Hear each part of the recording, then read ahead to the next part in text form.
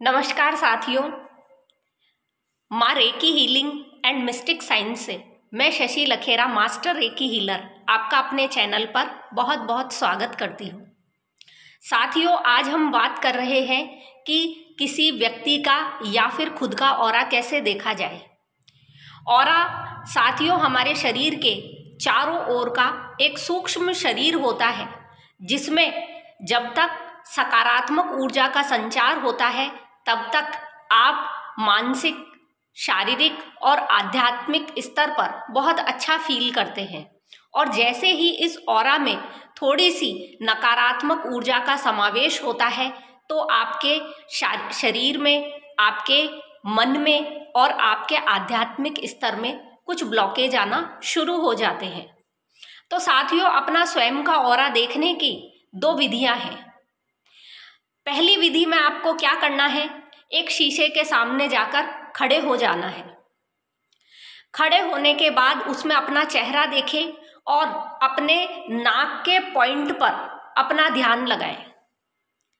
30 से 40 सेकंड तक बिना पलक झपकाए जब आप अपने नाक पर ध्यान लगाते हैं तो आपको नाक के साथ साथ जो शरीर के बाहर का जो एरिया है, इसमें आपको हल्की सी लाइट दिखनी चालू हो जाती है।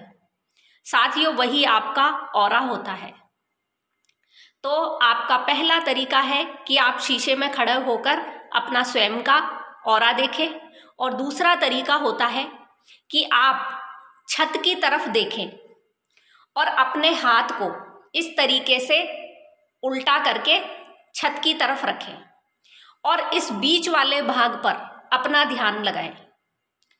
30 से 50 मिनट तक, 50 सेकंड तक ध्यान लगाने पर आपका धीरे धीरे जो ये वाला भाग होगा, यहाँ पर आपको चमकीला चमकीला कुछ दिखने लगेगा।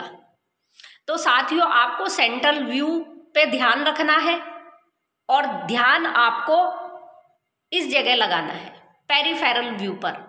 तो सेंट्रल व्यू पर आप देखते हो और पेरिफेरल व्यू पर आप उसको फील करते हो। तो साथियों, इसी तरीके से यदि आप किसी दूसरे व्यक्ति का ऑरा देखना चाहते हो तो आप उसको किसी ऐसी दीवार के सटाकर खड़ा कीजिए जिस पर ऑफ वाइट कलर किया हुआ हो। अब आप उसकी नाक पर अपना ध्यान लगाना शुरू कीजिए।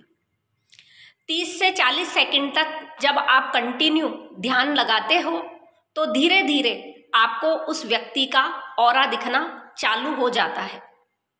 साथियों, अगर हम हमारी साधारण आँखों से ऑरा देखना चाहें तो हम इतना ही ऑरा देख पाते हैं।